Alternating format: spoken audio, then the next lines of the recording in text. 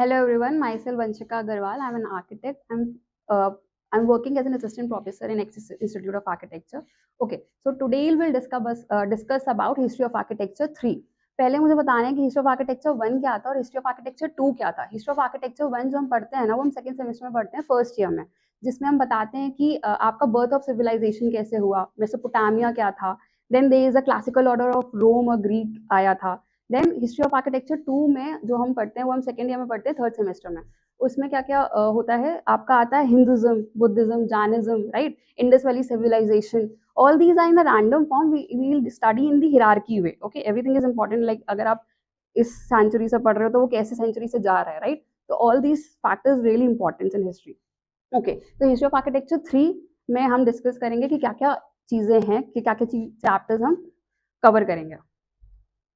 Okay, objectives क्या हैं? To understand the architecture is evolving with a specific culture context, including the aspects of politics, society, religion, climate and technology. जैसे हमने बताया कैसे history evolve होती है Indus valley civilisation से, फिर कैसे वो हिंदुज्म में आया या बुद्धिज्म में आया, जैनिज्म में आया, राइट, फिर क्रिश्चियनिटी कैसे आई, फिर आपका अभी इंटरनेशनल लेवल कैसे स्टार्ट होने लगा, मॉडर्निज्म कैसे आने लगा। All these are the evolution of history.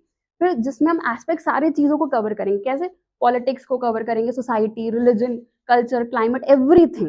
Okay, then there is a second thing, to gain knowledge of development of architectural form through historical and traditional build form. मतलब आप gain knowledge तो कर रहे हो, लेकिन किस वे में? ट्रेडिशनल बिल्ड फॉर्म में भी करोगे, राइट, आप हिस्टोरिकल बिल्ड फॉर्म में भी करोगे, all these things through examples of the buildings. Okay, तो पहले मॉड्यूल में हम क्या पढ़ेंगे? Early Christian architecture. Early Christian architecture कैसे आया कि पहले रोम ने, आपकी जो वहाँ के लोग थे, उन्होंने क्रिश्चियनिटी एज अ रिलीजन को एक्सेप्ट करा। तो क्रिश्चियनिटी को रिलीजन को एक्सेप्ट किया तो चर्चेस बनने स्टार्ट हुए। चर्चेस बनने स्टार्ट हुए तो किस वे में बनने स्टार्ट हुए, किस तरह का प्लान था उनका? सिंपल था, ग्रीक क्रॉस प्लान था या लेटिन क्रॉस प्लान था? फिर उनका आर्किटेक्चरल स्टाइल कैसे था? बहुत सिंपल था, वो इंटीरियर को ज़्यादा इंपॉर्टेंस देते थे कि एक्सटीरियर को इंपॉर्टेंस देते थे। उनका रूफ कैसा था? ट्रस रूफ था। तो किंग पोस्ट यूज करते थे या क्यून पोस्ट ट्रसेस यूज करते थे? तो ऑल दीज विल हम समझेंगे कि अर्ली क्रिश्चियन आर्किटेक्चर में कैसे था। फिर बाइजेंटाइन आर्किटेक्चर आया। ओके, तो बाइजेंटाइन आर्किटेक्चर में वो क्रिश्चियनिटी से कितना, मतलब अर्ली क्रिश्चियन से कितना अलग था। कैसे अलग था? यहाँ पे dome as a prominent feature use होने लगा।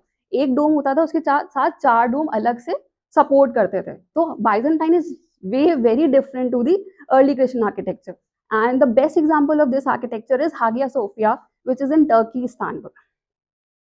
Then Romans architecture. Romans architecture जो है वो रोम से ही थोड़ा इवॉल्व हुआ उसका आर्किटेक्चरल स्टाइल। फिर उसने अपने आप को थोड़ा इवॉल्व किया, अपने आर्किटेक्चरल स्टाइल्स को, एंड देन उसने खुद के प्रोमिनेंट फीचर्स को यूज करके वो came up as a Romanesque architecture. उसमें कैसे क्या था कि वो massive verticality of the massive structures बनने लगे। वर्टिकलिटी कैसे कि आपके कॉलम्स बनने लगे बहुत बड़े बड़े लंबे से, and then there was a it used to prominent like they are touching the heaven of the god. So all these बहुत सारे minarets बनने लगे। तो all these were the factors of the Romanesque architecture. फिर एक बहुत best part होता था कि वो एंट्रेंस को बहुत बहुत प्रोमिनेंट फीचर्स बना के रखते थे। वाई? बिकॉज जो उनका एंट्रेंस होता था उसमें ऑर्नामेंटेशंस होता था, स्पैंडल्स देते थे, लिंटर लेवल कैसा होता था। All these will is very important in the Romans architecture. फिर गोथिक आर्किटेक्चर कैसा था? गोथिक आर्किटेक्चर बहुत ही एक ऐसा आर्किटेक्चरल स्टाइल है कि जो कि आप इजीली प्रेडिक्ट कर सकते हो कि हाँ this building is from Gothic architecture. How? क्योंकि उसमें ना फ्लाइंग बटरफ्लाइज आपको इजीली दिख जाएंगे। उसके बाद उसमें स्टेन ग्लासेस होते थे। स्टेन ग्लासेस के बाद उसके पॉइंटेड जो आर्चेस होते थे वो दिखते थे। तो ऑल दीज आर्किटेक्चरल स्टाइल जो कि बहुत सिंपल से, आपको इजीली आप बता सकते हो कि हाँ ये गोथिक आर्किटेक्चर स्टाइल का बिल्डिंग है। इसमें 3 पीरियड्स थे, early, mid and the high Gothic architectural style. उसमें से आपके जैसे फ्रेंच भी आ गया था, इजिप्शियन भी आ गया था, और बहुत सारे अलग अलग फीचर्स आ गए थे जो कि गोथिक आर्किटेक्चर में थे। फिर रेनेसा आपका आर्किटेक्चरल स्टाइल आया।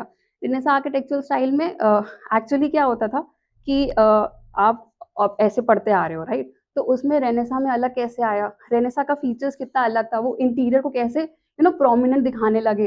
उनके लिए एक्सटीरियर ज़्यादा प्रोमिनेंट था कि इंटीरियर को ज़्यादा एम्फेसिस देते थे। उसके बाद इसमें भी 3 आपके एरा में मतलब पीरियड्स में आए, early, mid and there was a mannerism.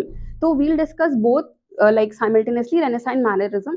How? Like renaissance में कैसे वो सिमेट्रिक को इम्पोर्टेंस देते थे, प्रपोर्शन को इम्पोर्टेंस देते थे, राइट। बट मैनरिज्म में बिल्कुल ऑपोजिट था, मैनरिज्म में प्रपोर्शंस नहीं होते थे। अगर आप एग्जांपल देखो कि अब हम जैसे हमारा स्टैंडर्ड हाइट कितना होता है 5'7", 5'6", यू नो, हमारा ऐसा रहता है, लेकिन अगर आप एकदम से 7 फीट के इंसान को देख लोगे तो प्रपोर्शन में नहीं आएगा, तो that will include in mannerism.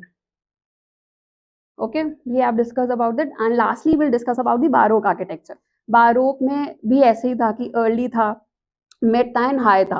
उसके बाद वो कैसे अपने आर्किटेक्चरल स्टाइल्स को देखते थे, उसके लिए इंटीरियर बहुत प्रोमिनेंट होता था, वो अपने सीलिंग्स में कैसे प्रोमिनेंट चीजें दिखाते थे, उनके लिए कॉलम्स कितने मैटर करते थे, कैपिटल को कैसे डेकोरेशन रखते थे, और वाइब्रेंट कलर्स यूज करते थे। So all these factors will discuss in Barog architecture. Thank you.